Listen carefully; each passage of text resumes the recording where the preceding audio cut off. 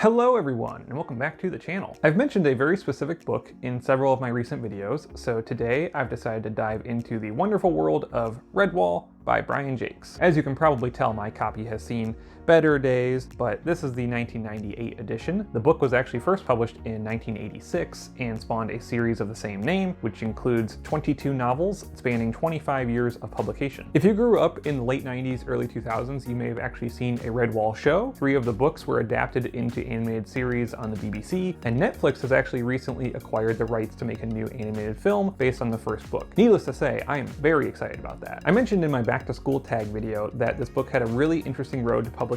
Jacques hadn't intended for it to be published, but his former English teacher told his own publisher that it was the finest children's novel he'd ever read, and they'd be fools not to publish it. That led to a multi-book contract for Jacques, and long story short, the book went on to be quite successful. This book was considered to be quite large for a children's story at the time of its publication, but as the young adult age range kind of came into being over the years, books of this size are now pretty commonplace for kids and teens. This series was hugely impactful for me growing up, as you can probably tell from my Redwall shelf, but funnily enough, Redwall was not actually the first book that I read in the series. I actually started with book 10, The Long Patrol, which I'll review way in the future, because we happened to have it in my 5th grade classroom. I didn't know at the time that it was a whole series, but once I found out, I started back at the beginning with Redwall. The series as a whole takes place in Mossflower Wood, a land populated by all manner of talking anthropomorphic critters. That's actually the primary fantasy element of the whole series, as there isn't really any sort of like magical things or anything like that present. Redwall, the book, begins with our main character Matthias, who is a young mouse living at Redwall Abbey. Despite being a mouse and not a person, Matthias is really your standard young adult protagonist. He's clumsy, he's trying to find his place in the world, and he yearns for adventure and to kind of escape his mundane, regular life. Like everyone else at Redwall Abbey, Matthias looks up to the long-dead Martin the Warrior, who was one of the founders of the Abbey and basically was the greatest hero in their mythos. In the present, though, the Abbey is at peace and they don't really have any need for warriors. The Abbey now serves as a place for healing and learning, and everything is great. Until one day, when the evil Cluny the Scourge and his band of evil rats set their sights on Redwall Abbey. Cluny is something of a boogeyman in Mossflower, with many people believing that he's just a folk legend. He's called the Scourge for his long whip-like tail, upon which he wears a poisoned metal barb. Cluny is a ruthless leader, often beating his own troops for the smallest infractions, and he will stop at nothing to take over Redwall Abbey. So then it's up to Matthias to take up the mantle of Martin the Warrior and save the day. The book is a pretty quick read and a great story. Interestingly enough, the style is actually similar to Frank Herbert's, where you have the third-person omniscient perspective, so you kind of have that same head-hopping experience. And to me, this is actually a standout feature, since it puts you into the perspective of the villainous characters alongside the heroes. The characters are often superbly fleshed out,